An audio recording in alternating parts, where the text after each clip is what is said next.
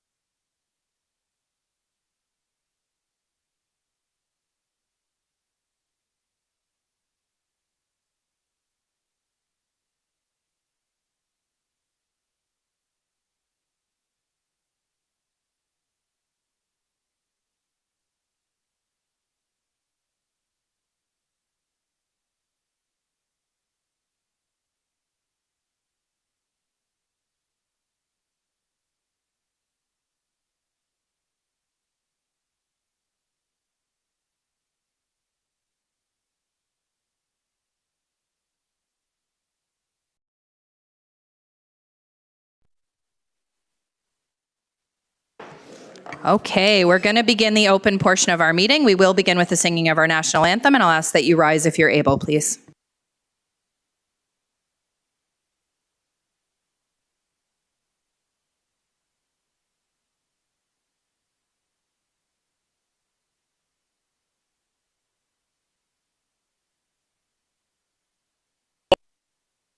O Canada, our home and native land, true patriot love in all of us command. With glowing hearts we see thee rise, the true north strong and free.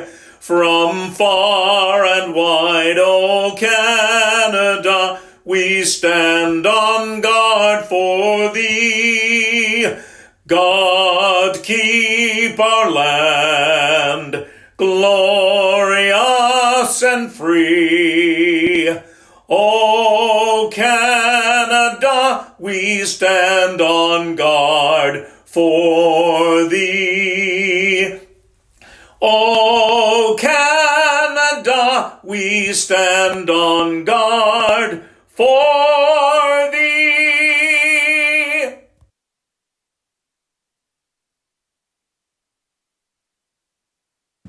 We would like to acknowledge the treaty lands and territory of the Williams Treaty Nations and the Mississaugas of the Credit First Nation.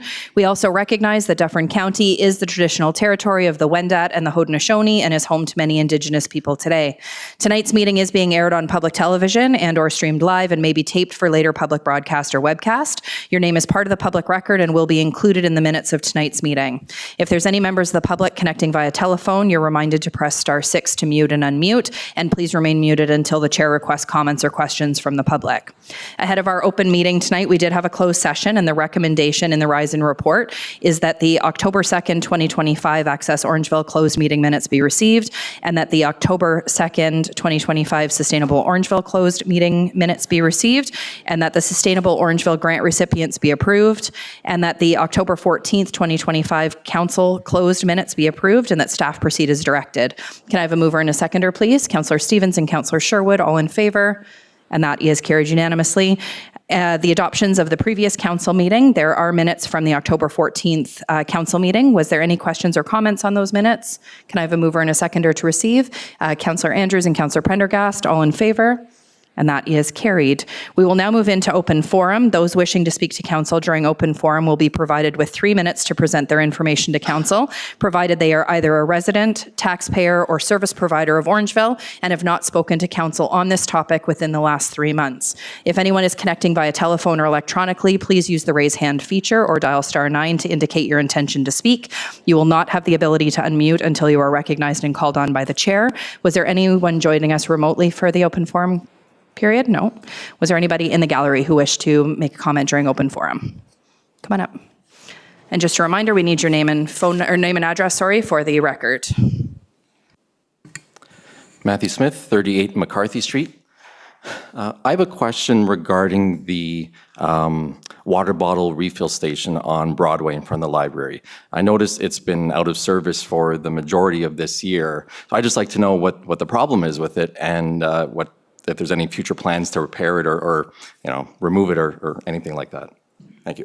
Mr. Koslek? Through your worship, we have had some difficulties with that piece of equipment. Being out in the outdoors, it tends to have failure issues. It's been repaired a number of times.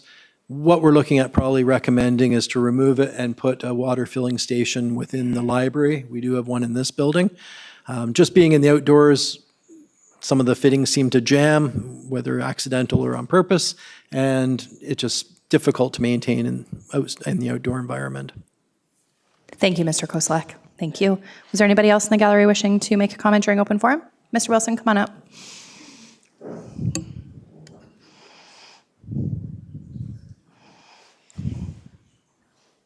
And again, we just need your name and address for the record, and then your 3 minutes will begin.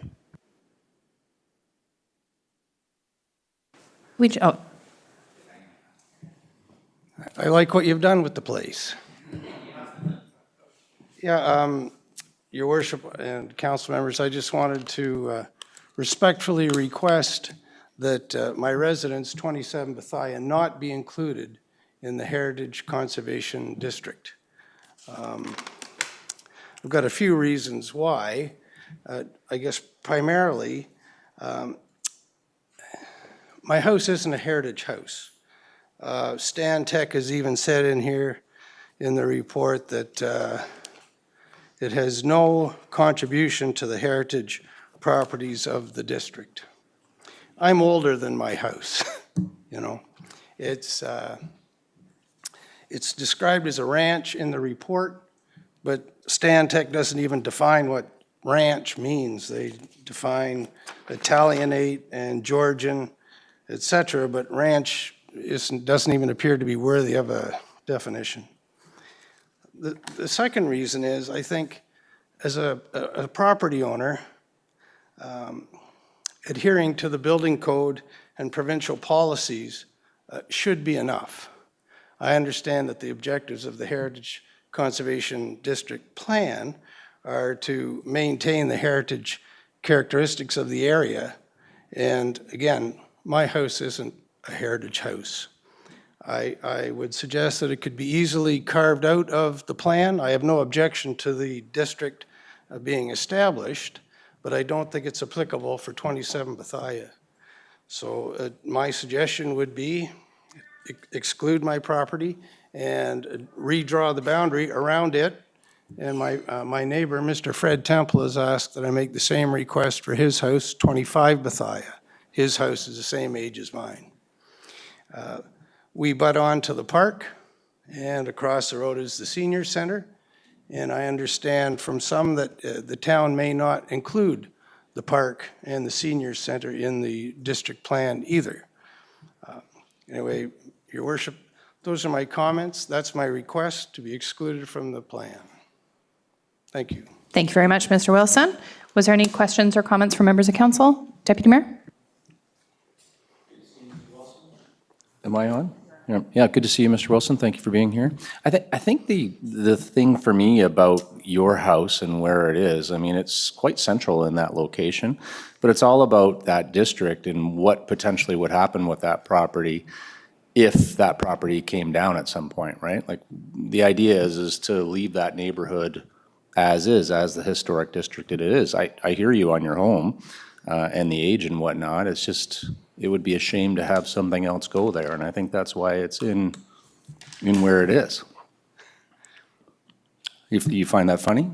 Well, what you're saying is contrary to what it says in the plan. That what I'm hearing you say, Deputy Mayor, is that you do want to freeze the characteristics of those buildings. And Stan Tech says that isn't the purpose. It's to work in collaboration with homeowners and adapt or manage the change, I think is the term they use, manage the change. But And if you needed something done, you would just call and work with town staff. I don't see it being a big deal. Well, what I fear are this management, this change. Am I done, Your Worship? No, you're okay. Oh, I'm sorry. Managing this change is going to require studies and reports at the request of the staff that are there to manage the plan. And I think that's an extra layer of effort and expense and bureaucracy. And I got nothing against bureaucrats, being a lifelong one. So I don't object to that, but I think it just adds a layer that isn't necessary. I could ask for a heritage designation on my home. Any individual can do that. And I would bet if I did, the Heritage Committee would laugh at me. They would say, Scott, your house isn't a heritage house. Stan Tech has, in their opinion, confirmed that. That's always been my opinion. And I think the opinion of most people that live on York would say, if there's any houses that don't belong here in this plan, it would be mine. So. Thank you very much. Was there any other comments? If I may. Deputy Mayor, go ahead. Would it make sense, Your Worship, to ask Public Works how that would go if Mr. Wilson's house needed to have some sort of renovation? Let me turn it to CAO Smith. or internally? I can comment generally Thank you. on that, and then if someone else wants to add. That is to be determined. That's in the second phase. It is likely, though, that heritage permits would be required from the Heritage Committee to make any modifications to homes, a demolition or renovation. Some heritage districts, again, this hasn't been determined yet. Some heritage districts, you need a permit to change the color of the paint on your house. I'm not suggesting this is the case here. That is to be determined, but it is something that is fairly common in heritage districts. Change your outer facade, change your windows, that type of thing, you do require permits. Thank you. Thank you, Mr. Wilson. Was there anybody else in the gallery who wished to make a comment during open forum? Come on up, Ms. Jones. And just your name and address for the record, please. And a reminder that you've got 3 minutes once you've given that. Karen Jones, 23 York Street. That woman. I just did this quickly. Good evening, Mayor Post, members of council, staff, and gallery. I want to settle a little rumor that's been traveling first. Tonight is about Heritage Conservation District and Heritage Conservation District only. I approached council with the support of my street in 2024, knowing that the present Ontario government would have removed all undersigned and undesignated properties from the Heritage Register for 5 years. Irregardless of the outcome tonight, I wish to thank Council, Heritage Orangeville, and Planning for their support. I especially want to thank Brandon because he mentioned we needed a heritage specialist, and I kind of rolled my eyes. And when we were told Stantec was chosen, of course, Brandon, I immediately Googled Stantec and was a little concerned. It's such a huge firm. They're all over the world. I couldn't really find a project like ours. Some of them looked very modern, but they're huge, and that had me a little scared. Now, Lasha isn't here tonight, but I like to thank her and her team, Frank, Paige, Megan, and they're all heritage specialists. So this isn't one person working on it. Karen, I will tell you she is on the line, so she is able to hear your comments. Okay. And for coming in on budget, and for seeing and acknowledging the bigger picture. Like you know, we asked for York Street, for seeing the bigger picture, for focusing on the future as well as the past. I hope you are on board in helping our new Heritage Conservation District blend seamlessly with the rest of Orangeville. And Laisha, with your limited email list and postal strikes and cancellations of meetings, I have tried my best to keep everyone informed of surveys, council, and heritage meetings. But not everybody remains to be informed. I'd like to mention just what happened. To get your windows replaced if you're in a heritage district, you don't need a permit. You can change your windows. If you want to knock out part of your wall and put in a new window, is it not correct that you have to get a permit from the town anyway, whether you're in a heritage district or not? So a lot of people are confused about just what is involved. And in the survey that Lasha did, the paint colors were way on the list. So everything that's what the next phase is about, working together. I hope you're on board in helping with our new heritage district, blend seamlessly with the rest of Orangeville. And Lasha, with your limited email list, I said that's what I've tried my best to inform everybody. And lastly, I want to thank the residents, and there's not as many as I'd hoped, and maybe because of the game, who overwhelmingly desired for HCD.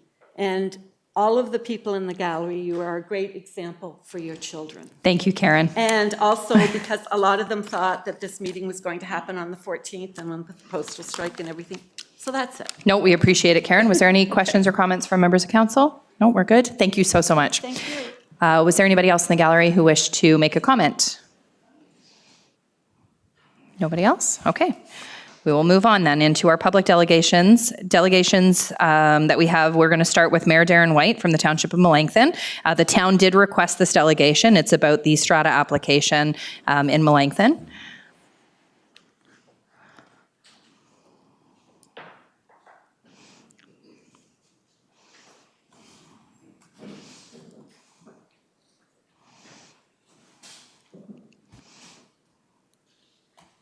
Welcome, Mayor White and Councillor. It's good to see you both. Thank you for being here.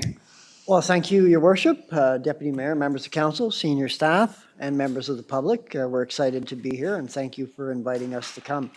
We're going to start tonight. I believe you all have the delegation materials in your package. So we're not going to focus too much on that tonight because a lot of it is boilerplate. I'm going to turn it over to my councillor, Bill Nielsen, who's going to give a bit of a brief overview, and then we'll just chat about some important dates coming up, if that's okay. Thanks. Bill?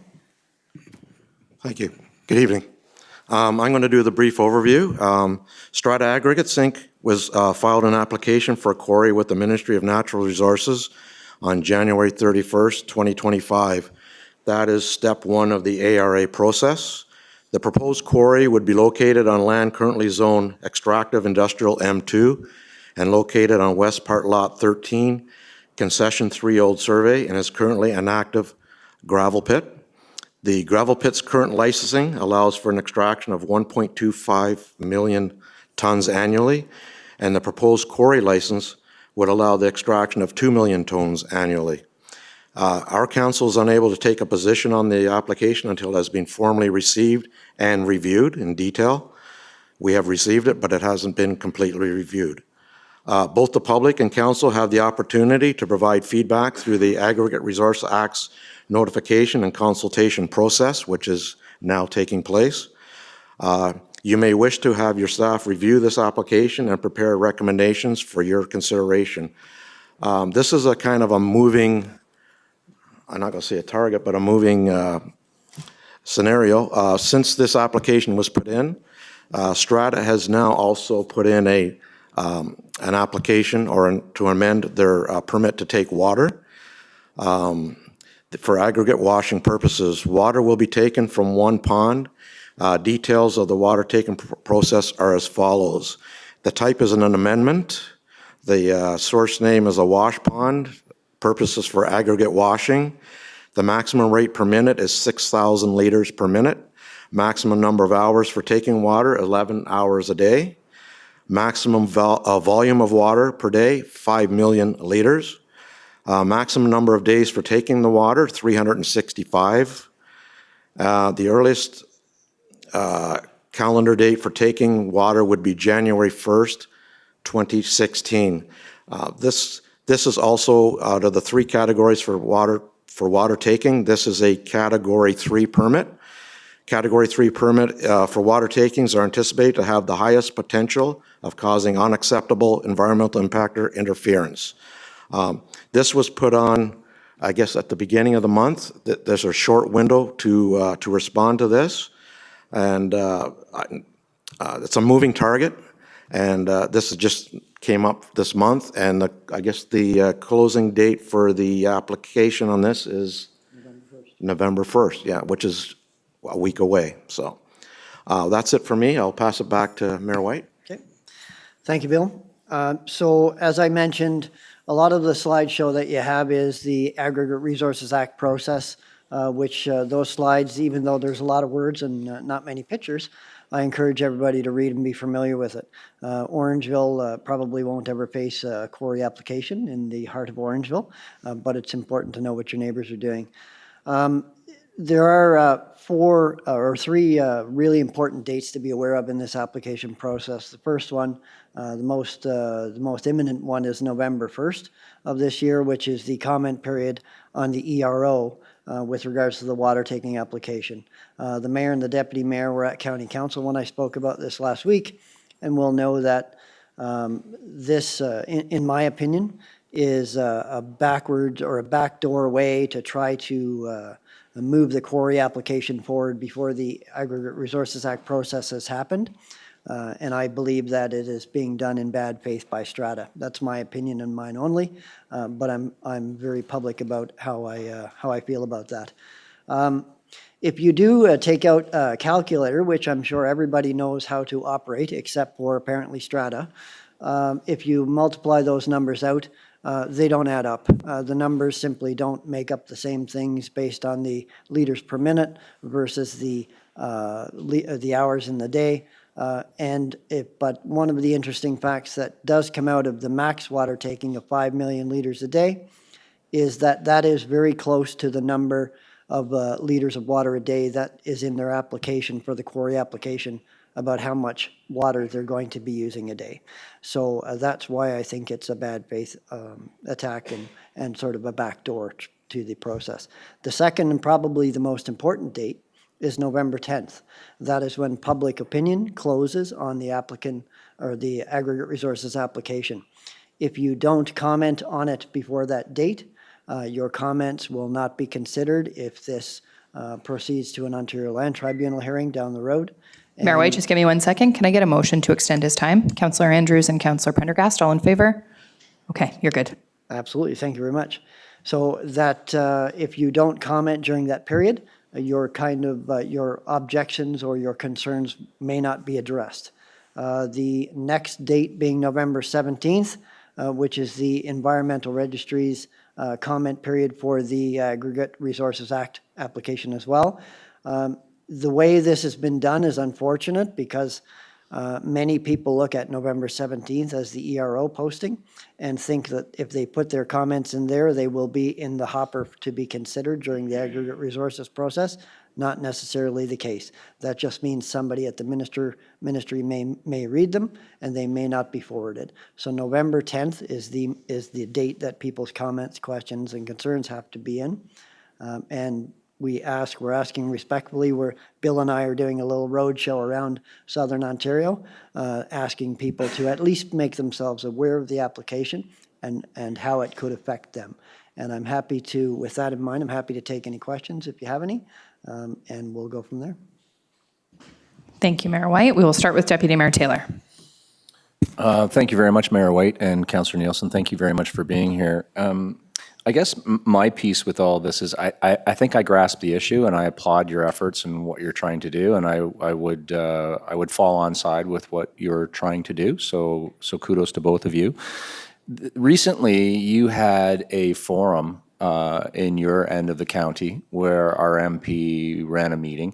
I'd be curious how that meeting went. What is our MP saying? And I'm also curious what our MPP is saying and the support that you're getting from those levels of government. Absolutely. Happy to answer that.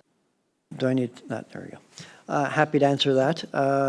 MP Kyle Seaback did host a forum in Honeywood maybe a couple of weeks ago, I guess. It was well attended. There's probably 100 people there, I guess. His forum, and he was very upfront about it, was for him to gather information because he wasn't familiar with the application itself or the area that where it was going to be hosted or people's objections. So it wasn't so much as here's what I'm going to do for you residents. It was please tell me your concerns and I'm happy to try to address them. He did mention, was very, very frank, I thought, about saying that he was going to meet with Strata as well and hear what they had to say about their application and then formulate an opinion and move on from there. So that's on behalf of our MP. Our MPP, unfortunately, has taken a hands-off approach. I think it's fair to say on this. She has not made any comment or has not been willing to address the issue when we've asked. Yeah, so we really don't know where her head is at with regards to commenting or not.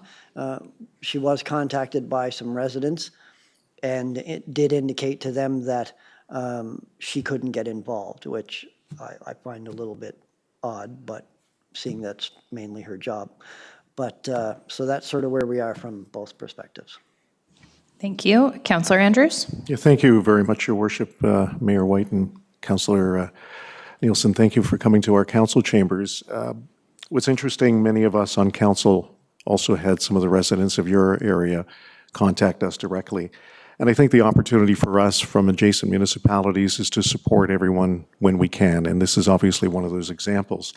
The piece that really struck a chord to me is the piece that you spoke about regarding water. And of course, the precious commodity that we are dealing with here, we've just been awarded recently a significant amount to move ahead with our new well, which is the Poulin well, which has been really on the docket for quite some time.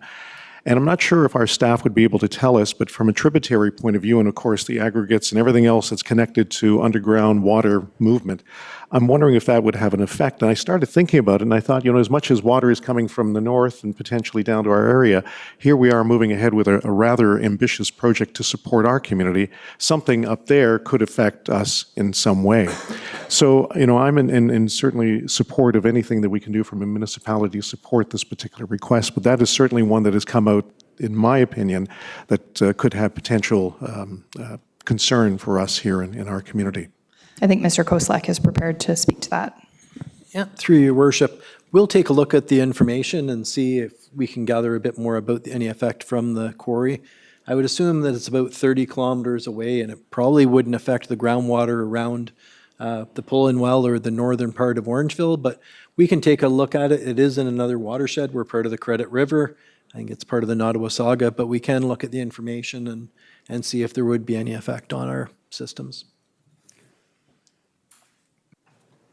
Councillor Prendergast.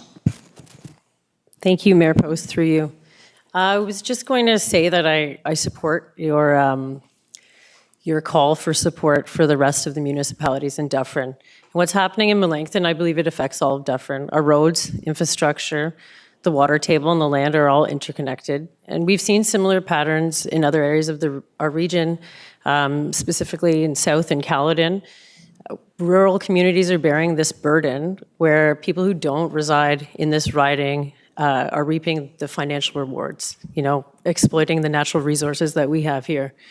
Our regional representatives need to stand up and speak up on our behalf. I'm disappointed that the MPP has been AWOL on this. It seems to be a really big issue, and I hope you have some better luck. But I think that we need to use our voice. We owe it to them. We owe it to Melancthon to speak on your behalf to protect farmland, our water, and really the integrity of the land that we all depend on, because it is connected. So thanks for coming today. Is there any other questions from members of council? No, seeing none. My comment would be, I think that as a county member, being the largest municipality from a population standpoint within the county, I think it's imperative that we make our voice heard as well, because I agree with Councillor Prendergast, what happens in Melancthon does impact our community. We are all interconnected, and I think that that's crucial. I would love to have a motion to direct staff to put together comments in opposition to the quarry on behalf of the town of Orangeville that do talk about the impact on our community, but also on our greater Dufferin County community. I would be happy to have a seconder for that motion. Councillor McIntosh, was there any questions or comments on that? All in favor? And that's carried unanimously. Thank you very much, Mayor White and Councillor Nielsen, for being here. Thank you. And one comment I would like to make, just so the residents of Orangeville are aware. When we've been going around, we have been trying to sort of link it to what effect it may have on specific municipalities as we've gone out from the center, which is us. And in Orangeville, perhaps one of the best examples to give, and I mean, is something that you guys have talked about recently with asking the province to reduce the speed limit on Highway 10. The amount of truck traffic considered for this application would amount to about 1,600 trucks, more trucks per day going through the Highway 10 corridor in Orangeville. So I'll leave you with that. And thank you very much for your time. It was always a great day to come to Orangeville. Thanks, Mayor White. CAO Smith? Yeah, thanks very much, Mayor, and staff will follow the direction and support the direction. I just want to clarify that we won't be able to bring it back to council before the deadline, so we'll be submitting it on your behalf. Okay, thank you very much. Thank you both for being here. Appreciate it. Up next, we do have Peter LeBlanc from the Orangeville Public Library Board talking about the library board budget.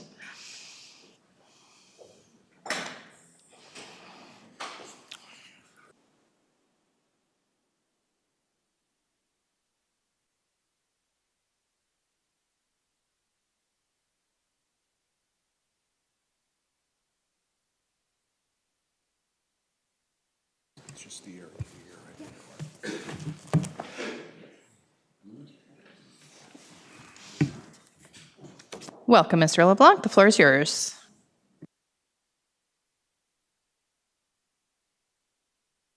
Okay, perfect. Thank you, Mayor Post, Deputy Mayor Taylor, the rest of council, staff, gallery. I'm here to present a brief overview of the Orangeville Public Library's proposed budget estimates for 2026. This budget is the collective result of the work of the board that's presented here on the screen, as well as the staff of the Orangeville Public Library and the staff of the town of Orangeville. It is part of a process that begins almost immediately after the previous budget is approved. And as always, we thank Council, the town of Orangeville, and our neighboring communities for their continued support. Now, by continuing to support programs and initiatives like our upcoming Exploratorium, our various book clubs, our Experts in the Library series, our Adventures in the Park, our after-school clubs, our authors' talks, our movie nights, by fostering and prioritizing our relationships with our 40-odd community partners like the Orangeville Food Bank, Theatre Orangeville, Bethel Hospice, FTP, to name just a few. By maintaining our branches as open, safe, inclusive, and accessible spaces, we believe that we either meet or even surpass many of the goals outlined in our strategic plan, some of these which are stated here on the screen for you. Now, of course, you know I couldn't help myself and present the VOLT tool here as our social return on investment. I'll call it somewhat controversial tool that provides a dollar value to many of the services that we provide at the Orangeville Public Library and states the benefits of these services in terms of dollars and cents. Now, I do want to personally apologize to Council because I haven't come to you yet to talk in a little bit more detail about the VOLT, and I absolutely plan on doing that. I'm almost fully recovered from surgery now. My next surgery doesn't appear to be till at least 2026. Nonetheless, despite the lack of my explanation, I still believe that this tool shows that the OPL is punching well above its weight and providing almost 5 times the service for its value. Now, this slide here just shows a summary of the 2026 operating budget and capital budget. I'll go into just a little bit more detail in the following slides. So here, I just want to highlight a few points. The first is the increase in revenue estimates. This results from an increase from $199.50 to $215 per non-resident household. I want to note, though, that the per household non-resident fee was frozen from 2021 to 2023 at $185. Saw a slight increase in 2024 to $195 and increased even more slightly to its current rate of $199.50 in 2025. Now, this is despite increases, and in some cases significant increases, to public or to program and capital investments. We still expect that the trend of membership growth is to continue as the Orangeville Public Library delivers great programming and services. The second that I want to point out is that almost 90% of the library's operating budget is in support of its most valuable resource, and that's the human one. Staff compensation is, as it should be, our largest expenditure, and yet our budget remains austere, an overall increase of only 0.9%. And that's because we're looking at reductions in non-program areas. We're proposing, I'll say, abandoning the $11 million bill that we've had on the books now for the past several years for a few reasons. The $11 million estimate is from an aged report that, in light of current costs, is likely well out of date. And what it does instead is shifts to a more modern renovation request of existing space, since the space that the library occupies itself, the general space, was last renovated almost 20 years ago. And we will, of course, work with our incoming CEO and present this request as part of our upcoming 2027 budget, although now it does sit in our 10-year capital budget estimates. That's it. I was quick today. If you have any questions, I'll be happy to entertain them if I can. I may also need to defer since we are currently in transition period between CEOs, and I am here on my own, although I can see staff may be here to help me out. So, thank you. Thank you very much. Councillor Andrews, go ahead. Thank you very much, Peter. Nice to have you here in the council chambers, and it is really an honor to be a part of the board, along with my council colleague as well. You did reference, of course, the adjustment of the capital funding for a specific project. And for the sake of just being clear, we've gone through some extensive renovations, of course, at the Mill Street location, but this is really targeted towards the Alder location. And not to get into a full description of what's going on, but that we have concerns from an AODA compliance perspective. For those that are maybe frequent patrons of the Alder location, some of the design doesn't necessarily apply, and there's also some aging components within the facility that Ms. Savage would certainly be aware of, and of course the board is aware of. But I think for the sake of clarification, I think that that's really important for council to be aware of. Okay, Thank that's you. all I have. Through you, Mayor Post. Thank you. Thank you. Thanks, Councillor Andrews. Deputy Mayor Taylor, and then Councillor Sherwood. Thank you very much, Your Worship, and thank you, Councillor Andrews, for that. I was honed right in on that piece as well. And I don't know, Ms. Savage, maybe it's for you, but when I see the 1.5 million, and I don't understand necessarily all of that, and I know there's been a lot of changes, what I see is a 2027 amount that we would potentially be saying that we're in favor of by receiving this report as it is. And I don't have enough information for that. Like, I'm not comfortable with that 1.5 million even being on this page. Like, it shouldn't be there saying that we're going to do something that I don't know what we're doing, especially in the environment that we are. And it is an election year as we go in. And I'm not comfortable receiving this the way it is with that 1.5 there. Ms. Savage? Thank you, Mayor Post. You, Deputy Mayor Taylor. You will see this number again presented with the 2026 capital overall budget. We have been working with our colleagues. Consider it a placeholder, and it is in line with our intent to do a facility needs assessment in 2026, knowing that at the end of that, there's going to be recommendations to renovate, expand, or repurpose components or amenities of both Tony Rose and Alder. So consider this a placeholder. We don't have a scope of work for the 1.5 million. We do know that, I think what Chair LeBlanc was saying is the OPL strategy suggests that there should be an expansion worth $11 million. We know that that's outdated. We fiscally could not, we could not put that into the budget, so we've chosen not to, and the board has agreed not to put that into the budget, even though a consultant is suggesting to do it. Instead, what we've done is saying, we know that we have to do renovations. As Councillor Andrews said, we have some accessibility issues. We have the really poor sight lines in the library, the lighting's poor, the areas in which are designated are poor. There's a lot of things that lack functionality within the Alder Recreation Centre.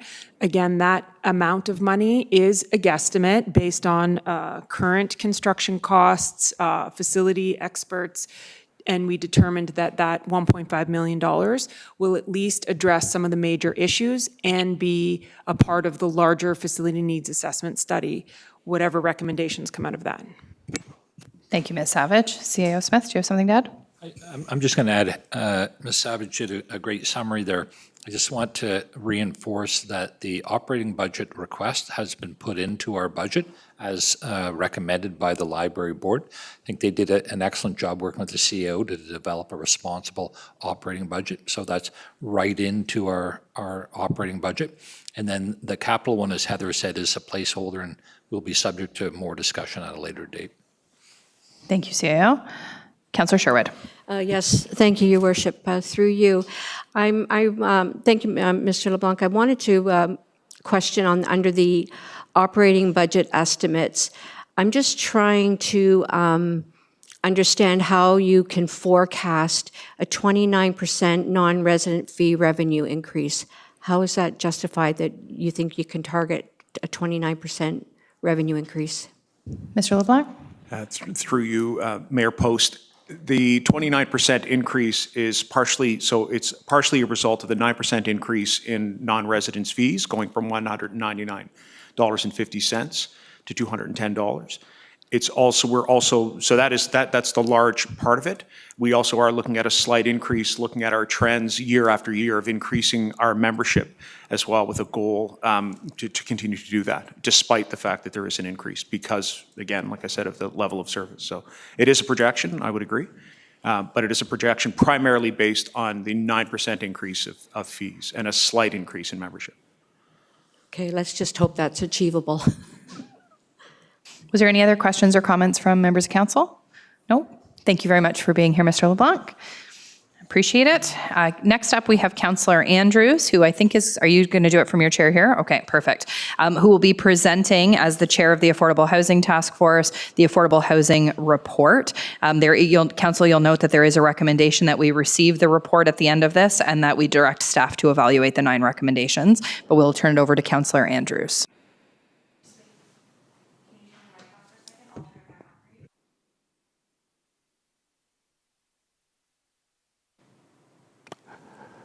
Thank you, Your Worship. Good evening, and it really is a pleasure to be here to talk about this as chair of the Affordable Housing Task Force. I'd like to start off my presentation with the following statement.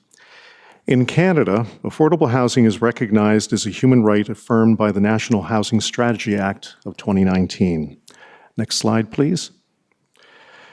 The intent of my presentation is to highlight what has been the culmination of a year-long commitment since the summer of 2024 by the members of the Orangeville Affordable Housing Task Force, which included focusing on extensive research, conducting dialogue with content experts together with various levels of government and associate agencies, as well as the embracement of best practices, all trying to address what is deemed to be the affordable housing crisis facing our country and community today. Meeting monthly, the Affordable Housing Task Force analyzed and learned about the challenges in providing an Orangeville-specific solution to increasing our affordable housing inventory. My objective during this presentation is to showcase tangible, realistic, and achievable recommendations for Council's consideration. Next slide, please. The success of any committee, or in this case task force, is determined by the assembly of exceptional people who committed their time and expertise to address and improve the affordable housing options within our community. I would like to quickly recognize some of them who are in attendance this evening in our gallery. Katie Atkinson, thank you very much, Katie. Mr. Chris DeCastro, as well as Mr. Robbie Mayer, who I don't believe is in the gallery this evening. I also would like to recognize my Vice Chair, Councillor Pendergrass. Each provided exceptional input based on not only insight, but also their professional backgrounds and interests, and are truly complementary and respectful of each other's commitment and focusing on what is achievable, and I stress, for Orangeville. I also want to recognize subject matter support from town staff, including Brandon Ward, our Manager of Planning and Infrastructure Services, Larissa Russell, Senior Planner, and Nathan Nunes, Chief Building Official, for their expertise and input throughout the tenure of this task force. And a big thanks also to Mary Adams, our task force liaison, as well as staff from the Clerk's Department. As highlighted in the report before Council, we know that we have an affordable housing crisis in our country. This crisis requires a multifaceted approach, including increasing housing supply, exploring innovative construction methods, and addressing the affordability gap through various policies and initiatives. To be clear to Council and our community, we must separate housing affordability and that of the unhoused or homelessness, as much as there may be some connection pertaining to what is called the housing continuum or housing spectrum. It is important to note that other levels of government are responsible or have the resources to support the unhoused. The Orangeville Affordable Housing Task Force probably should have been named the Attainable Housing Task Force, since our objective was to focus on entry-level rental or ownership and alternative forms of affordable housing construction.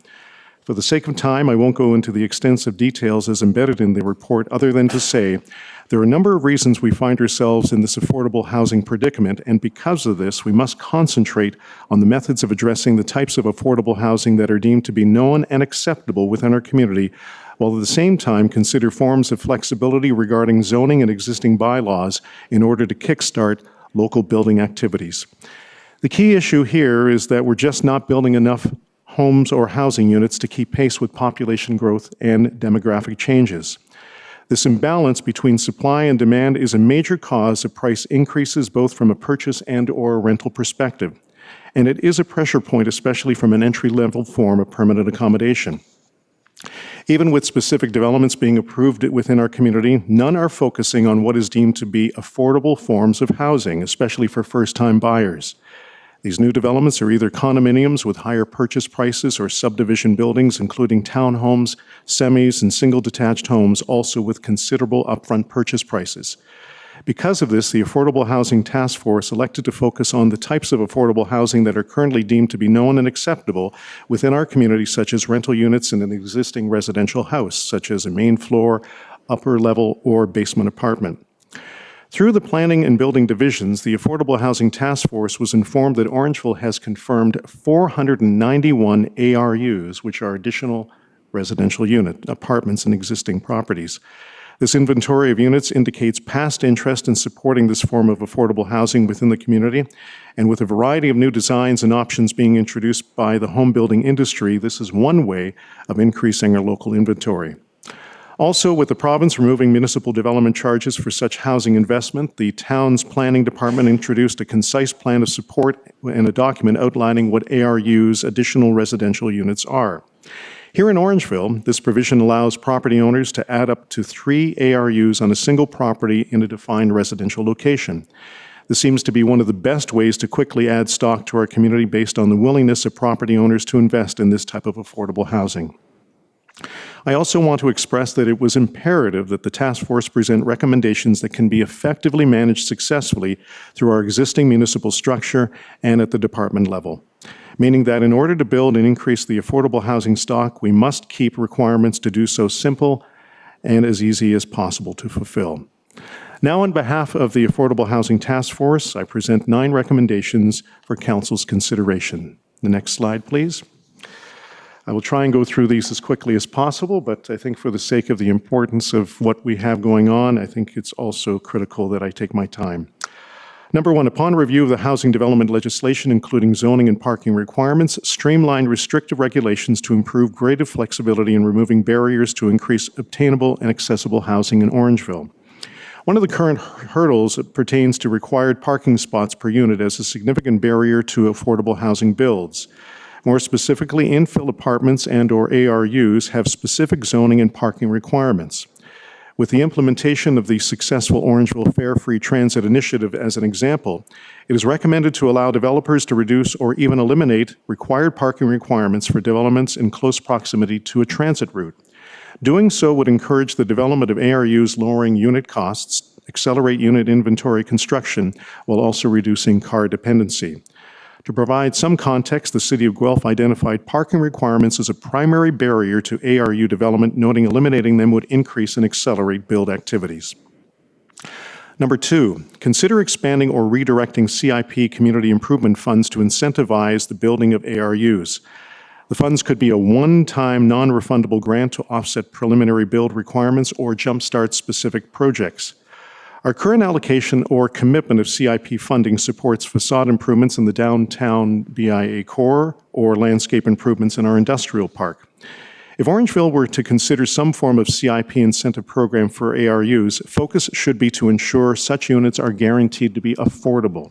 And any incentive program should also be dependent on applying for and receiving funding from other levels of government.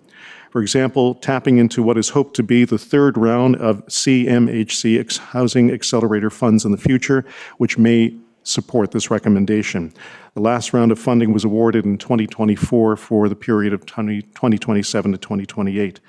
An example of a successful CIP initiative program, or incentive program, I should say, is in the town of Collingwood through its Rapid Additional Residential Unit Initiative 2.0. Even though they weren't approved for round 1 or round 2 of CMHC Housing Accelerating Fund process, Collingwood has funded this first iteration of their CIP program from its own municipal budget, which provided grants up to $10,000 per application to help support ARU builds. 27 applications have been approved so far in 2025 to the tune of $270,000. There are more details about this program, but it is highly successful. There are a lot more pieces that I could share, but for the sake of timeliness, I'll move on to our 3rd recommendation. Determine specific neighborhoods within Orangeville where ARUs are affordable or affordable housing intensification options should be promoted, especially from a critical infrastructure perspective and increased traffic volume. To repeat, ARUs are permitted as of right provided that zoning bylaw provisions are met. It is recommended to consider publicizing the utilization of a portal such as adusearch.ca as a community education piece. This portal analyzes property attributes against current zoning regulations, including properties suitable for internal or attached ARUs or ADUs, additional dwelling units, and what neighborhoods can in fact accommodate them and those neighborhoods that cannot. Currently, if you go onto that particular website in Ontario, there are 8 communities listed, one of which is Collingwood, and numerous other communities across the country are also found. This helps in some respect avoid NIMBYism by identifying the neighborhoods that can and cannot support ARU expansion. Recommendation number 4, create and schedule a comprehensive information workshop specific to the process of building ARUs from start to completion, including typical costing, building timelines. This would be led by both our planning and building departments who have the expertise to jumpstart this form of affordable housing. The town's planning department already has collateral produced providing a general understanding of the types of ARUs permitted. This is taking the education and promotion of such affordable building directly to the property owner who's considering this type of accommodation. It is suggested to use a very similar format presented in the June 2025 Affordable Housing Task Force Community Open House to also include information for first-time home buyers and residents considering this modification or addition to their properties. For those of you that are in the gallery or those that may be watching this online, we do have some placards that were in fact from our community open house. This is not to, in any way, shape, and form, identify that we're focusing on a tiny home concept or fourplexes and other things, but this was just to stimulate conversation, and it turned out to be a very productive piece. And I think what's important that the focus should include steps of building ARUs from start to finish, including simplified permitting process. Collingwood has a concierge service that helps property owners through their ARU build process from start to finish. Next slide, please. Moving on to recommendation number 5. Create a list of approved ARU plans to assist with the community build initiatives. These plans could be pre-approved with simplified steps in assisting property owners considering constructing an ARU. A number of municipalities have vetted plans available for residents to consider. Thus, through the Office of the Chief Building Official, it is recommended that such an inventory be developed to assist with the acceleration of ARUs or ADUs. As an example, and I have several, but to keep things short, Habitat for Humanity has produced ready-made ARUs through their Trades to Build secondary school program where property owners can purchase a turnkey ARU and have it installed onto their property. Of course, you must meet specific zoning requirements, utility hookups, and so on and so forth. And CMHC also has vetted plans for every province, including the province of Ontario, on ARUs, fourplexes, and sixplexes. Recommendation number 6, conduct a community-wide survey in order to capture additional information pertaining to affordable housing options and initiatives, as well as the willingness of property owners to consider such an investment. This particular item was on the Affordable Housing Task Force to-do list, but due to the task force's terms of reference timeline having ended, it is recommended that we have this initiative take place by the municipality. As an example, the City of Waterloo launched in 2025 a survey seeking public feedback on the interest of ARUs and a possible future grant process. During the Affordable Housing Task Force Community Open House and a separate event for realtors in our community in the spring of 2025, valuable feedback was captured from those in attendance. Now we need to ask members of our community for their input. Moving on to recommendation number 7, initiate the steps required to investigate, I should say, the steps required to initiate and allow fourplexes as a right within our community. In order to provide market-specific solutions, the town should advocate for 4 units permitted as a right on a property. This is an increase from the current 3 as a right permitted, main dwelling plus 3 ARUs. In 2024, the province considered legislation to permit purpose-built new build residents containing 4 independent units in the form of a quadruplex apartment, stacked back-to-back townhouses, a building containing 4 independent units with a separate entrance or a common entrance, but it did not proceed. This recommendation aligns with recommendation number 9, which I'll speak to in just a moment. And number 8, recommendation number 8 is consider the approval of recognized residential rooming houses, enabling an affordable alternative form of housing to be developed within the community. This might be a controversial one, but in my opinion, a potential game changer for our community in the right locations and built the right way. The town of Orangeville should explore the opportunity of enabling this type of housing to increase the inventory of affordable accommodation. Rooming houses are legal in Ontario, but they are subject to specific municipal bylaws and provincial regulations. Operators must meet certain qualifications. This type of housing is also subject to inspections to ensure safety and minimum property standards. Noted in the Affordable Housing Task Force report, this form of affordable housing must comply with specific building and fire codes. Dixon Hall in Toronto is a successful rooming house project that has changed any negative perceptions from past issues with the reputation of such forms of accommodations. We need to look at a 2025 and beyond version of what a rooming house can or should be. If properly designed and supported, rooming houses can be a viable, lower-cost option for people looking for accessible, affordable housing. SHIP at 236 First Street is somewhat of an example of what I call a progressive version of a rooming house. And lastly, number 9, lobby higher levels of government seeking investment in various forms of affordable housing, including the offering of low-interest loans to current property owners considering ARUs. Simply, as a municipality, we need to utilize our opportunities such as AMO, ROMA, and facilitate further discussions with our MP, MPP, issuing the importance and urgency to address the affordable housing crisis in our community. Now, to conclude, the Orangeville Affordable Housing Task Force looked at a blank slate and was realistic in presenting concrete and real-world solutions to what is more than just a local issue. Again, I want to thank each member of the task force, their commitment in making a difference. I want to thank each staff member and those from our community who provided their input and interest in how best to improve the much-needed affordable housing options and inventory in Orangeville. So slide number 6, which is, at this time, I will take any questions. Thank you very much, Councillor Andrew. I'm going to turn your mic off, but Raylene will be able to turn it back on for you to answer questions. Deputy Mayor Taylor, go ahead. Thank you very much, Your Worship. Excellent presentation. Thank you very much, Councillor Andrews and Councillor Prendergast. The time that you put into this, I would say that it was a simple report. I liked the 9, typically 3 or 5, but this is big and 9 makes sense. So well done, in all sincerity. So some questions and maybe some comments if I could. So the fourplexes, I know there's controversy and we're going to hear it from residents in town if fourplexes come here, especially if it's beside you. But I'll say, like, you know, initially I'd love to hear more. I'm supportive of that. The parking piece, it's in the way, right? It's just in the way. I see big blinking lights telling me, like, this is a problem. We did have an issue at the end of Zina Street and First when the church was talking about being developed, and there was some interesting avenues brought forth about where the parking could be for that building if it did convert to a condo or I think it was a seniors complex is what they had talked about. I think whatever we do for ARUs, the parking piece is going to have to be discussed and we'll have to have a solution. Because just to say go build, and I mean we would never do that. It will circle back, right? And what we thought was going to be a great solution is going to be a problem, and then we'll have a different problem. So I think it's great. I'm worried about that. I think that the ARU is very practical. Like it makes complete sense to me.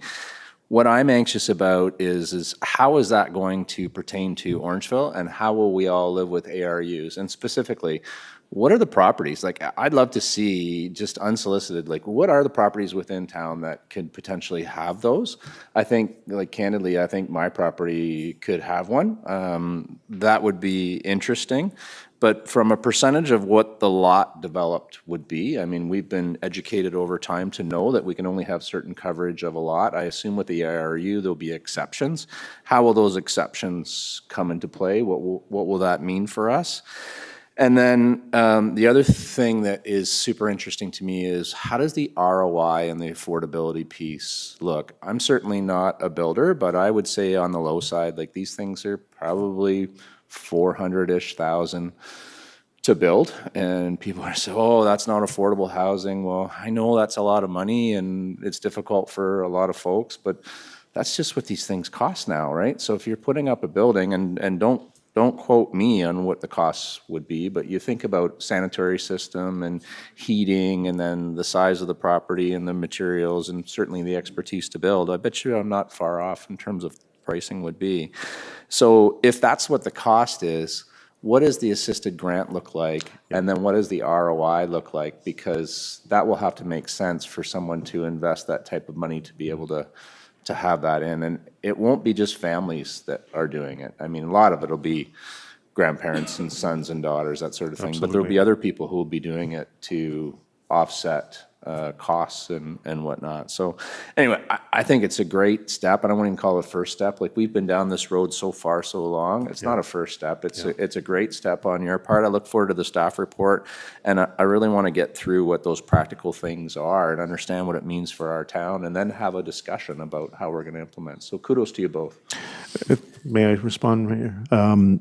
Again, Deputy Mayor Taylor, thank you for your questions. And I think what's most important for not only members of council and the general public who are here and those that are watching online, the report itself is not to solve everything immediately. This is, on one hand, a response to the needs of Orangeville specific, and we were very clear about that. There's a lot of pie-in-the-sky ideas. We had a number of presentations. I know that Councillor Pendergrass, my vice chair, and members of our task force, we had a number of presentations for people wanting to solve this in this particular way. I mean, I see near Councillor Stevens, we have one of our placards on tiny homes. There's all kinds of discussion across the country regarding tiny homes, and what does that mean? Are we looking at a tiny home community? Speaking with our planner and in that department, we were educated so much in going through this exercise, but the ROI is a big one. And, I take a look at the one example that I highlighted with Habitat for Humanity, that trades initiative is actually keeping the costs down. But we've also had, a variety of individuals, including one of the members of our task force who is, in the industry, and costs are doing one thing. They're not going down, they're going up. And despite, throwing tariffs onto the discussion, it is an expensive proposition, but it is dependent on who wants to move ahead with this, how you want to move ahead with it, and where you want to move ahead with this. And that's why I reference, some of those other examples. And again, I don't want to say that Collingwood is the benchmark, but I'm most enamored on how they've been able to move this forward to the point that they have a number of individuals who are also contemplating adding complementary units to properties that can accommodate them, and that's the bottom line. There is a cost, no doubt, not only the build, but it's also if you have a exterior independent ARU that is added to your property, you also have those additional costs for utility hookups, and that can vary depending on where the hookup is and where it sits on the property, and this is not a panacea to every problem, and I don't want the perception to be presented in any way, and please correct me if I'm wrong, Vice Chair Pendergrass. This is not the Wild West. This is a structured view on how we can manage this properly and effectively to support the need of affordable housing or attainable housing in our community. Thanks, Councillor Andrews. Was there any other questions for members of council? I don't see anybody in the queue. I just wanted to say thank you so much for this report. I thought it was excellent as well. As the chair of the homelessness task force at the County of Dufferin, it was great to see because we're just working right now on putting together our preliminary recommendations from the first few months of meeting. And it was great to see that there, out of your 9, there's 5 that really kind of translate into some of the recommendations that we've made as well, particularly the working with lower tier municipalities when it comes to parking minimums, particularly when it's for supported units or affordable units, not for all units, right? Also, we've been looking at an incentive program for ARUs. Adding to that as well would be, we're hoping to be able to implement a tool where a resident could type in their address and see if their home would qualify for an ARU, whether it be secondary or within the home. We've also talked about putting together an info package to be able to simplify the to incentivize the ARUs. Also, we've talked about pre-approved vendors and of course the advocacy piece. So it's great to see all the parallels between your task force and the one that we're doing at the county. There's a lot of similarities. So thank you. Anything else? Okay. So the recommendation is that council receive the Affordable Housing Task Force final report and that council direct staff to evaluate the 9 recommendations and report back to council with findings and next steps. Can I have a mover and a seconder, please? Councillor Prendergast and Councillor Stevens, all in favor? And that is carried unanimously. We'll now move into the consent agenda. The recommendation is that all consent agenda items for the current council meeting listed under 13.1 staff reports, 13.2 correspondence, and 13.3 committee board minutes be received or approved as presented. I have already heard from Deputy Mayor that he would like to remove 13.1.3, the backflow prevention bylaw, and from Councillor Sherwood that she would like to remove 13.1.5, the York Street Heritage Conservation District study. Was there any others that anybody would like to remove? Councillor Sherwood, go ahead. Yes, Your Worship, I would like to remove 13.3.2, Sustainable Orangeville meeting minutes. That's it. Thank you. Councillor Andrews? Yeah, thank you, Your Worship. I'd like to remove 13.1.6, the Drinking Water Quality Management report. Okay, thank you. Is there any others? Okay, so the recommendation is that all consent agenda items for the current council meeting listed under 13.1 staff reports, 13.2 correspondence, and 13.3 committee board minutes be received or approved as presented, with the exception of the items removed for individual consideration, which include 13.1.3, 13.1.5, 13.1.6, and 13.3.2. Can I have a mover and a seconder, please? Councillor Prendergast and Deputy Mayor, all in favor? And that is carried. We will go into 13.1.3 first, which is Deputy Mayor Taylor. Before I turn the floor over to you, the recommendation is that report INS 2025-45 backflow prevention bylaw be received and that the backflow prevention bylaw be approved. Can I have a mover and a seconder to put the report on the floor, please? Councillor McIntosh and Councillor Stevens. Deputy Mayor, I will turn it to you. Thank you very much, Your Worship. Full disclosure, I have sent this off to town staff today, so both Tim and Ryan have this in their inbox. I didn't want to catch them flat-footed, but essentially what I was thinking is the implementation piece in Orangeville itself. How will we do this? So what I was thinking about is the water meter program. It was mandatory, but it was essentially paid for by the town. You know, people weren't out of pocket for this. How will the backflow addition work? Will it be similar to that? My feeling is like if we were to go ahead with this, probably the residents won't be too excited about paying for an additional fee. And just curious what your thoughts are and how we'll make sure that this rolls out successfully. And by the way, I think it's a great initiative. I'm just curious about the operational practice that we're going to do. Mr. Koslak. Yep, through your worship. This wouldn't be so much for the residential households, so they wouldn't be affected for, I guess, all the residential. It's more for industrial commercial properties where they have boilers and different items like that. And most properties have been required to have a backflow preventer as part of their building permit requirements. It's been a requirement for building for many years. So what we're looking at doing is having a 3-year grace period, bringing some of the older ones into compliance. One of the other requirements we have, right now there's a requirement in the building code to install a backflow preventer as part of it. There is no mechanism to have it tested annually to make sure it works. So we'd like to try and work with property owners who have one, have it inspected annually so it's making sure it works. So there may be a small cost if they haven't done maintenance on their backflow preventer, but otherwise, typically it's been a requirement under the building code for them. There may be a few historic properties that were done a long time ago that didn't require it, but for almost all the properties, they would have been required to do it as part of their building permit. Okay, was there any other questions? I don't see any. Okay, we've got a mover and a seconder, all in favor. And that's carried unanimously. Next, we'll go to 13.1.5, which is the York Street Heritage Conservation District Study. Councillor Sherwood, I'll turn it over to you. Yes, Your Worship, thank you. First of all, I want to thank staff and Stantec for a great job on preparing the study to support a heritage conservation district. As mentioned in the report and study, 71% of the properties in the study area meet 2 or more criteria of the Ontario Regulation 906. Under the Ontario Heritage Act, at least 25% of properties in this study area must meet 2 or more of this criteria in order to qualify for heritage designation. The York Street area exceeds this threshold. Approving this Heritage District study in its entirety and as presented and moving forward with a Heritage Conservation District plan is the right thing to do. After several failed requests, this part of our community has been waiting over 20 years, and we now have the opportunity to finally approve this district to help protect the community's unique history, architecture, and character for future generations. I'd like to thank the residents for their continued interest and dedication in supporting the Heritage Conservation District for your neighborhood. Your passion for preserving the history, character, and charm of your neighborhood shows how much you care about our community's future. Your voices and efforts have played an important role in helping us recognize the value of protecting our shared heritage. Approving this report shows that the council values its heritage and wants to maintain a sense of identity and pride, and I hope that I get your unanimous support tonight. Thank you, Councillor Sherwood.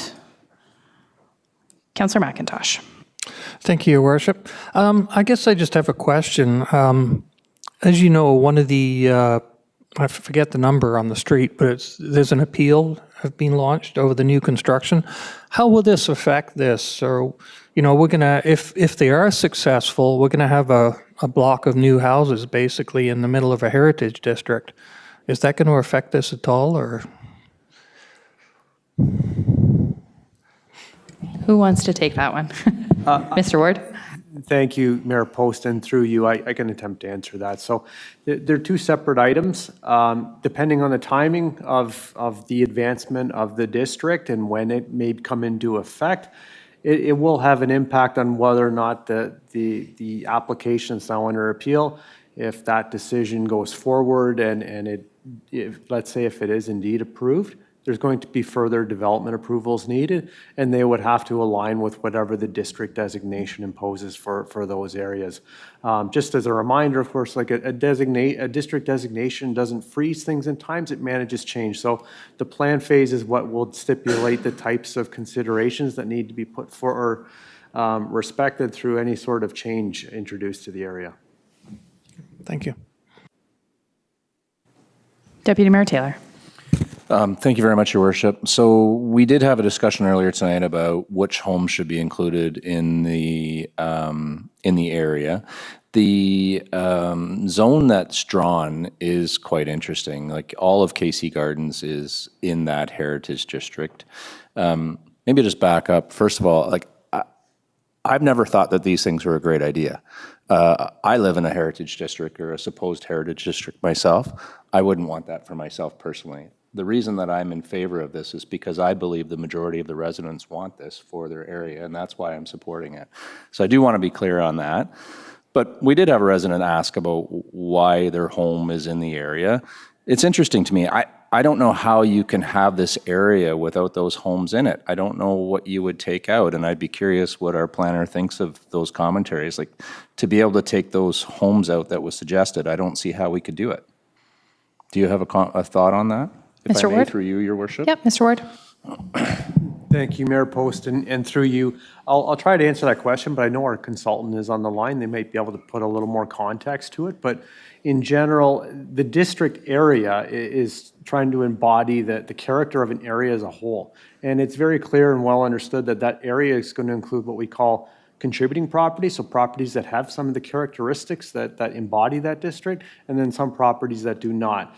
And you want to draw the line sort of around an area that best represents that. So some properties are going to be contributing in that boundary, and some properties are not. It's not a precise exercise per se of delineating all the properties that contribute and excluding those that don't. It's very well known that an area can include both contributing and non-contributing properties. Ms. Jones, did you have something to add? I think Brandon did a good job of answering that. Most heritage conservation districts include a range of properties that both contribute and non-contributing ones. The way that HCD plans typically work is that the plan will provide usually different levels of policies for contributing properties and for non-contributing properties, so that they're treated differently based on, when they were built or what their particular type or style or things like that are. Those are all details we work through with the plan. In terms of what we include in the boundary, we look at all of the different things that were outlined in the historical background, the context, and the relationships to the properties. So, including properties within a district, even if they are non-contributing, gives the ability to manage change if those properties, in the future might be up for change or redevelopment, but for the most part, they are treated differently than contributing properties that might contain older or more historic resources. Thank you, Ms. Jones. That's very helpful. Councillor Prendergast. Thank you, Mayor Post, through you. I would like to ask the question whether natural heritage can be featured more intentionally and integrated as the plan develops, given the proximity to Mill Creek and the fact that KC Gardens is within the Heritage District. The natural environment, it provides an integral part of the district's heritage character. And I think recognizing that connection could help strengthen the overall plan. So I think that question's for Mrs. Jones. Ms. Jones, was there any of that taken into consideration through the plan? Thank you. I think we looked primarily at the historical aspect of Mill Creek and KC Gardens, but I think that's a really good point and something we can certainly look at if the plan phase goes forward and how we could manage the natural heritage as well. Usually Heritage Conservation District plans do provide policies and guidelines for things like trees, vegetation, parks, and open spaces. So that would be certainly something to be considered through the plan stage. Thank you very much.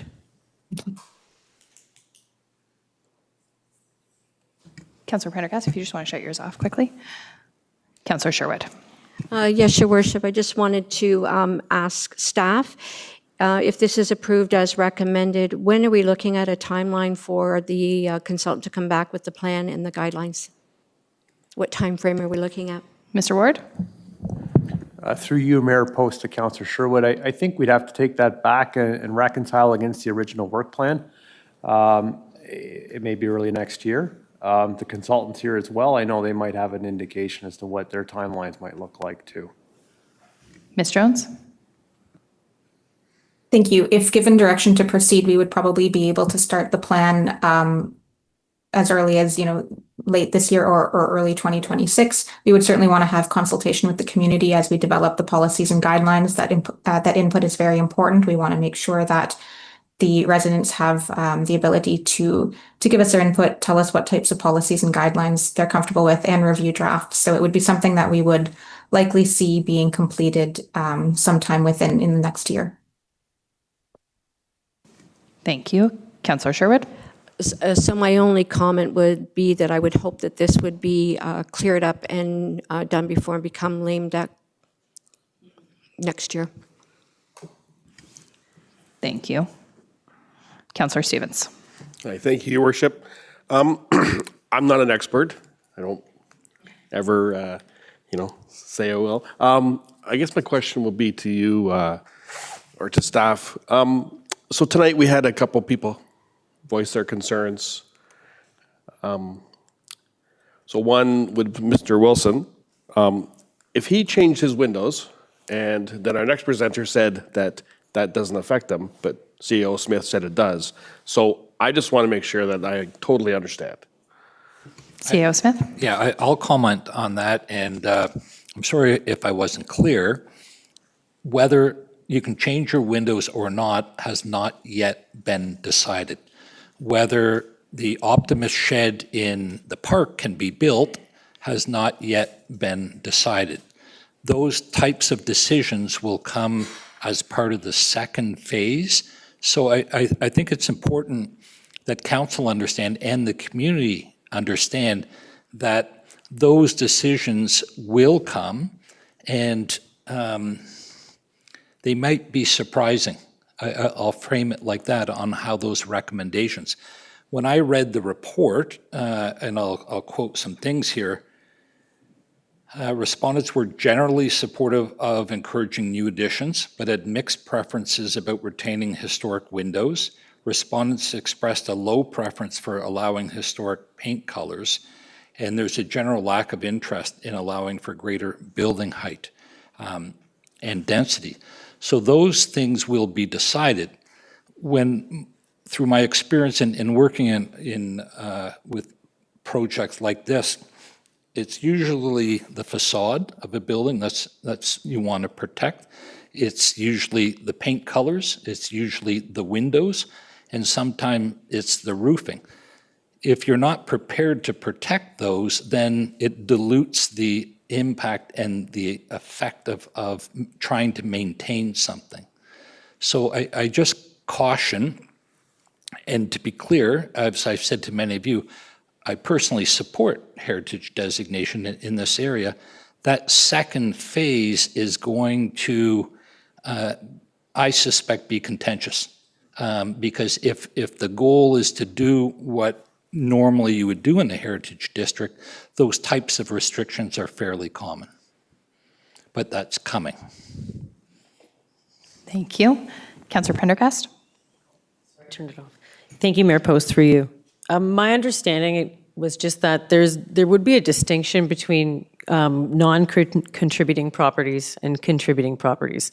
And elements that you alluded to, such as height, would be something that a non-contributing property might have to adhere to. But the other elements, no. So I think it also falls into reason, right? And it's a pretty reasonable council. And I think the second plan, hopefully, won't be as contentious as you think. But I know, yeah, that it could possibly be that way, Mr. Smith. Thank you. Just one final comment. Well, I won't say that because maybe there's more discussion. When it becomes designated, a lot of the responsibility shifts to the Heritage Committee. So they make recommendations. We've seen what happened in Mono last week, in particular with some of those recommendations. So it is a path to tread carefully and slowly and thoughtfully and maintain focus on what the goal is. It's easy if you have one house to designate one house. You say, hey, those windows are architecturally important. The archway is important.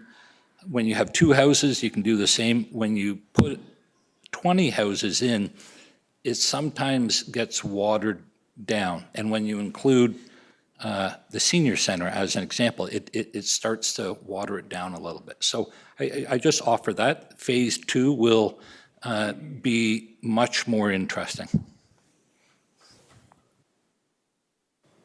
Councillor Andrews. Yeah, thank you, Your Worship. Mr. Smith, you actually, I'm sitting here listening to this dialogue here, and by the way, I just wanted to make a comment. I was very impressed by the report, by the way. But to what you've just said, we're going to be going into budget deliberation. And, Councillor Sherwood leads a very passionate group in the Heritage Committee, and she leads it very, very well. The thought that I had is now all of a sudden, if we move into phase 2 of this process, there could be a variety of different things that come forth from this Heritage Conservation District that add more to the plate of that particular committee. Has there or will there be additional budget added to some of the things, or is it necessary? Because I'm just thinking about it from a functionality perspective. I look at some of the other committees that, of course, are supported by staff, but all of a sudden there could be, or may not be, but just a comment more than anything else. I can comment that's possible. Usually in heritage districts, you don't see as much activity and development that you would see in other areas, normally because of the restrictions.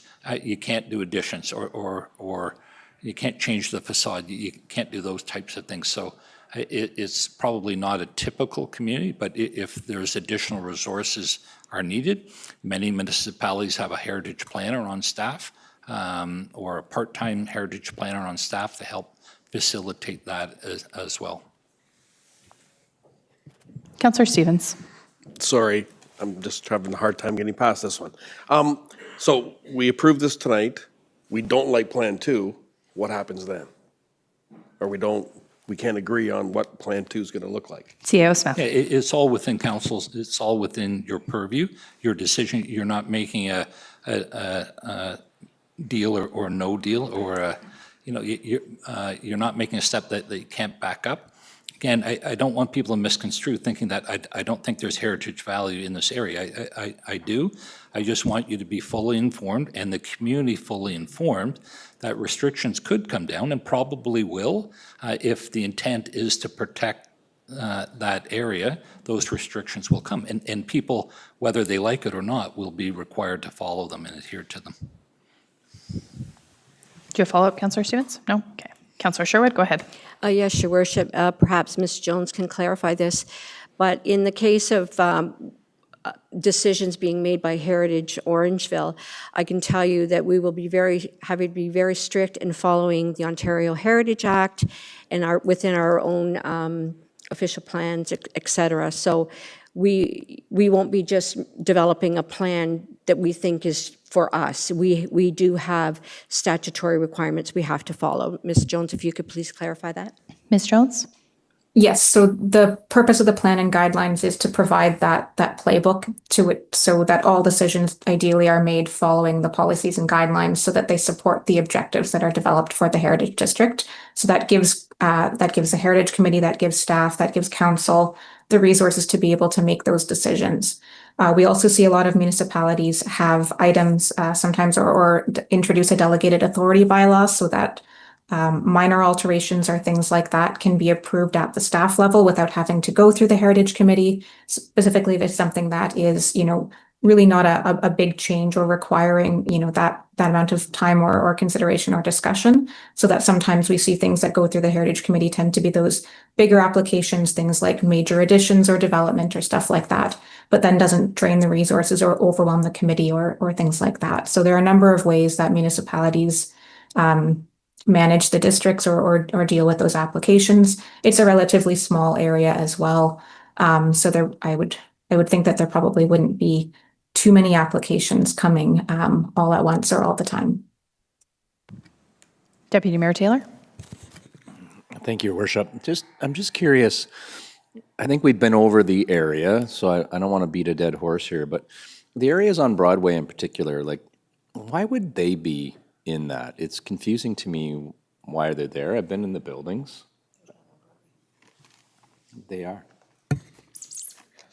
Mike's Goodyear. Yeah. Mike's Goodyear is in this Heritage District, according to this map. I don't understand that. I'm in that building quite a bit, sadly.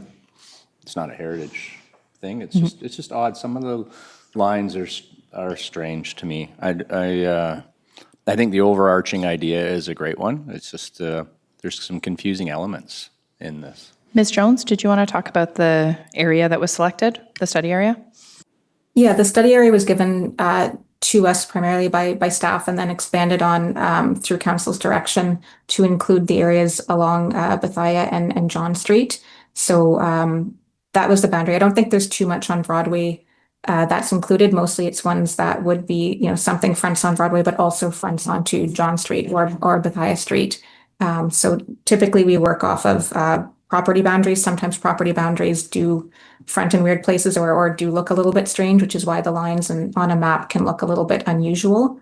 But the designation would have to apply to the boundaries of a property. So that's why lines may look the way they do. Deputy Mayor, do you have follow-up? No? Okay, was there any other commentary from members of council? I don't see anybody else in the queue.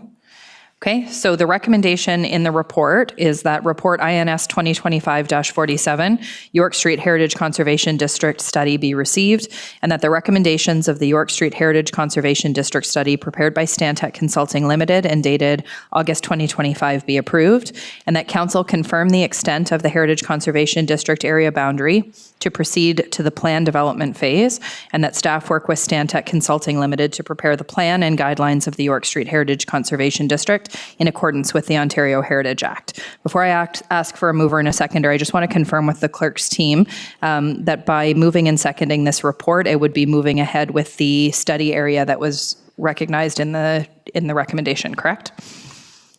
Yes, that is correct. Okay, thank you. I'm looking for a mover and a seconder, Councillor Sherwood, and seconded by Councillor McIntosh. Any last questions or comments? Deputy Mayor?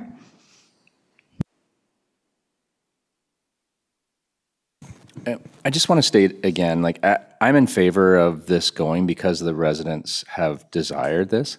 I don't quite grasp, I don't quite grasp some of the spots in here the way that they're laid out. I think it's odd, just candidly, and I will vote in favor, but I do think it's strange, and I'm hoping that we'll have a chance to have further discussion. There's just odd things in here that don't make sense to me. and we've talked about them and called them out, but I just don't want to vote for something and somebody wondering why I'm voting. I'm voting because I think it's the right thing overall. I don't know that we have this quite right in terms of an overarching, but I will vote in favor of it. I think to be clear, before we take a vote then, I just want to clear up with staff, because my understanding is that if we vote in favor of this now, we're saying that the study area is what it is, and we're going to move forward with designation, the next steps into designation of all of the properties included within that study area. We're not going to have the opportunity later to remove properties. Am I correct in that? CAO Smith, maybe? Or Mr. Ward, or? I'd have to think that through, quite frankly, Mayor, and I'm sorry about that. The next step isn't designation. The next step is developing the plan on what it could be. So a reasonable person would say you would have time to make any adjustments. There are properties like the Shell gas station, as an example. Kind of scratch your head and you go, okay, well, is it in here because it fronts onto John Street? And maybe that isn't the best thing. Quite frankly, staff are concerned about the inclusion of KC Gardens and the senior center as well. I'm going to turn my head and hope somebody can help me out more than, I'll go slowly. Mr. Ward looks like he's ready to jump in for you. Yeah, thank you. Yeah, thank you, Mayor Poston, through you. So I might ask Ms. Jones if she could clarify based on her experience in other municipalities, but I believe there is still opportunity in the plan development phase to refine the boundary of what might ultimately be put forward for designation. Notwithstanding, we did put this item as part of the recommendation before you because we wanted to encourage some thought given to any preference at this time about the boundaries as they're presented in the study. But I do believe there's still opportunity to refine and change the boundary through the plan phase. Ms. Jones? Yes, that is correct. The boundary can be modified up until the passing of the bylaw at the very end of the plan stage. We do typically recommend that we have those discussions early on so that we're not creating a plan that then doesn't fit what the end of the end game of the plan looks like. But certainly those discussions can be had, changes can be made, and we can go forward crafting a plan that fits the community's needs based on that. Perfect. Thank you, Ms. Jones. Deputy Mayor Taylor. I'm sorry, Your Worship, to belabor this then. So if that's the case, perhaps we add that into the motion that we could. Again, to the York Street residents, I want them to know that I'm supportive of this, and I'm sorry to keep repeating it. I think it's important to share. I think it's really odd that the senior center is in it. Again, you could stretch that line over and we could have discussions about that. I think it's odd that Mike's Goodyear is in this. I think it's odd that we have a gas station in it. Those are the pieces that don't make any sense to me. The rest of it, I'm good to go, but I don't want to be stuck with this. So if we could maybe add that line to it, thank you very much, Heritage Committee. Thank you very much, York Street residents. And let's just tie this a little tighter. Madam Clerk, can you add that as a bit of a friendly amendment to that motion? Okay, thank you. Councillor Prendergast. Thank you, Mayor Post. Mr. Smith, I just have a question for you based on something you had just said. And I'm curious why the town would perhaps not want KC Gardens included in the Heritage District. CAO? Sure. My perspective is that it's municipally owned property. The council will always have the control over that property. So that there is no need to increase your risk or increase more oversight than what you already have. So that's a perspective that I have. It's not shared by everyone. I understand that, but it's one that I have. Councillor Stevens. Thank you, Worship. I echo your sentiments, Deputy Mayor Taylor. I was actually going to vote no until we got this friendly amendment. So, but thank you. I mean, I'm full support York Street and everything else, but I have the same issues that you have with the other businesses and stuff. Thank you. Any last comments? I'm seeing that everybody's good. My comments will be very similar. I'm very supportive of the York Street Conservation District area.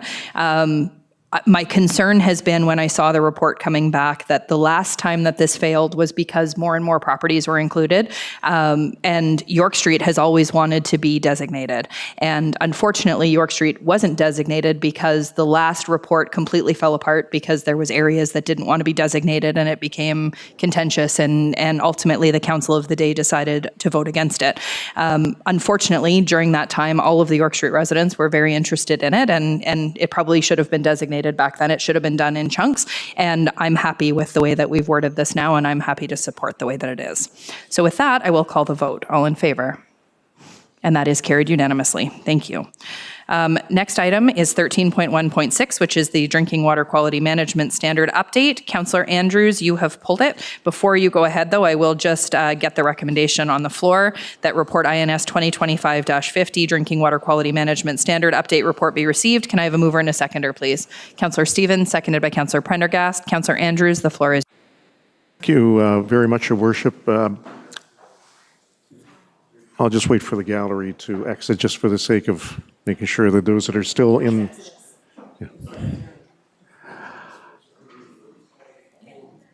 We're good. Thank you. I wanted to make a comment and then I will pose a question. I do want to say congratulations to our water management team for an excellent report and also an excellent audit. As we had a delegation here earlier that was talking about the effects of potential aggregate extraction, and we're of course looking at our precious commodity, which I consider to be one of the most important commodities that we have in our municipality, is the quality of our water, drinking water. One thing that I did notice, and I'm just looking at the very end of this report, and I'm going to just read it almost verbatim here, that the internal audit completed for the town of Orangeville demonstrates that the quality management system has been well implemented and there is a strong commitment to the program. So again, I congratulate the staff and everyone that's involved, but there was also two sections that identified for opportunities for improvement. And not to identify and highlight any red flags, but what are the steps on how we're going to move ahead and address those areas of improvement? Through you, Your Worship, to Councillor Andrews.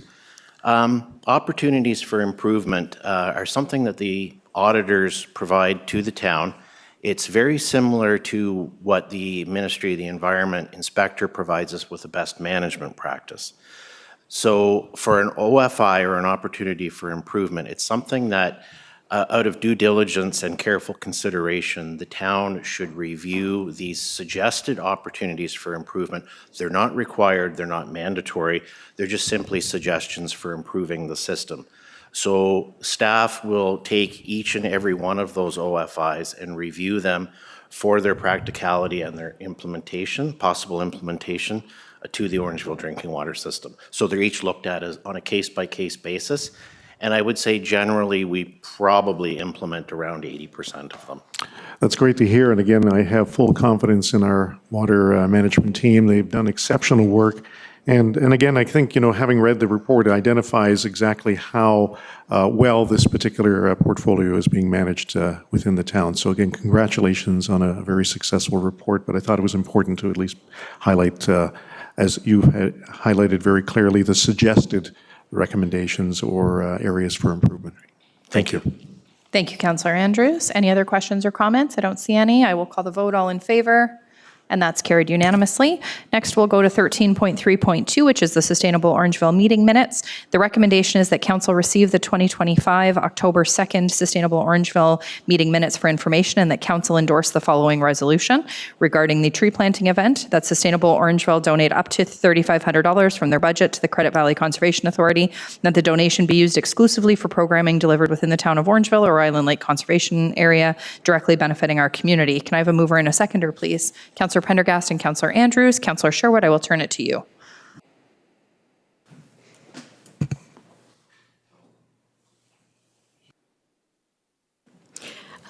Thank you, Your Worship. Through you to Councillor Prendergast. Whenever I see money going to the Credit Valley Conservation Authority, I get a little frazzled. As if you could, they come to us and ask us for budget money every year, and I personally don't see where we benefit from those monies. So to donate $3,500 for them for trees, I'm in very support of $3,500 being used for trees. Is that not something we can do in-house here, or could they also not do that within the budget money that they already get from us? So I guess I'm trying to get clarification as to why we're giving them another $3,500. Councillor Prendergast. Thank you, Mayor Post, through you. Thank you for your question, Councillor Sherwood, and I'd love to provide some clarification. Every year, Orangeville hosts 2 community tree planting events. Sustainable Orangeville has allocated $8,000 from our work plan and budget to pay for those events. For the fall tree planting, we allocated $4,000. Well, we heard from the CVC that they got some grant money to pay for the trees. But it wasn't just 250 trees, there were also shrubs. So the money for the trees was covered through a grant. The unfunded portion, we would still need to pay for. We're awaiting the invoice. An option that was presented to us was that since we had allocated those funds already to pay for this tree planting event, we could donate the existing portion of the unspent money that we had intended on spending to the CVC for programs that are run in the town of Orangeville. And I would just like to say that I'm intimately aware of the benefits that the CVC provides to the town and protecting our watershed. We just heard from Mayor White from Melanchthon about the importance of watershed protection, and that is primarily the responsibility of our conservation authority. So things that we don't always see, source water protection, protection of the red dace. There's so many things that they do, but I welcome the CVC and their acting CAO to come and speak to us and kind of share the benefits that they give to Orangeville. However, I hope that provides some clarity. We just were surprised that there was a grant that they had for those trees. And we do pay for trees through the nursery, which are quite at a lower cost, $12 to $14 for very mature trees that we have been giving out through Sustainable Orangeville, which is another program we run to further grow the canopy on private property, as we've identified 79% of the plantable area that could grow canopy is on private property. So those are just a couple of ways that the CVC assists us, and we're just trying to return that favor, but also make sure that the money's spent in town. Because I do think that's really important, that Orangeville and Dufferin is also equally represented within the CVC, and that we're not seeing all of the monies that we're giving being spent downstream. That joke was for you, Deputy Mayor Taylor. Thank you, Deputy Mayor Taylor. Go ahead. I just want to provide some affirmation for Councillor Sherwood. I think you're spot on, and just out of spite, and candidly it's spite, the way the organization deals with us has always been lackluster for me. And yes, they did come in and do a presentation, and yes, things were better, and I hope this budget season is going to be better, and hopefully they'll come and that they're listening to us. But I'm reticent to give additional funds to them as well. Like it's not an organization that I feel highly about, and not an organization that I'm really overly interested in giving additional monies to, considering the way they've dealt with us over the years. And yep, it's very spiteful, but I'm with you. Councillor Prendergast. It's not the organization you're hurting, it's the environment. I'm just going to leave it there. Okay, so with that, we've got a mover and a seconder. I'll call the vote. All in favor? And any opposed? Deputy Mayor Taylor opposed. Okay, so next we will move on to notices of motion prior to meeting, which we had none. Was there any notices of motion at tonight's meeting? I'm seeing none. Was there any announcements tonight? Councillor Andrews. Yeah, thank you, Worship. Very quickly, I do want to compliment and thank our Recreation Division for a couple of events they were responsible for in collaboration with the organizations themselves this past weekend. For example, the Orangeville Otters Spooky Splash event turned out to be a huge success. Congratulations to all the swimmers, not only from Orangeville, but also the communities that came from Halton Hills, from Owen Sound, Collingwood, and points in between. This is somewhat of a precursor to the big regional event that's coming up in February 2026. So again, kudos to the Recreation Department, and also to the Recreation Department and Accessibility Orangeville for Access Orangeville under the leadership of Councillor Stevens. The sledge system was put into place, the sledge program, And I know Mayor Post was on site. I thought it was an absolute delight. And again, Mr. Rob Jeffrey, who's leading this particular initiative, again, I'm glad that the municipality has supported it through funding through Access Orangeville. Thank you, Councillor Andrews. I don't see any other councillors lined up, so we will move through announcements into bylaws. The recommendation is that all bylaws for the current council meeting listed under item 17 bylaws be read 3 times and finally passed, which include a bylaw to govern the discharge of sewage and draining systems in the town of Orangeville to ensure the protection of these systems and the natural environment, a bylaw with respect to the prevention of backflow into the town of Orangeville municipal drinking water system, and the bylaw to confirm the proceedings of council today, October 27th. Can I have a mover and a seconder, please? Councillor Stevens and Councillor Andrews, all in favor? And that is carried. And a motion to adjourn, Councillor McIntosh and Deputy Mayor, all in favor? Thank you for joining us tonight.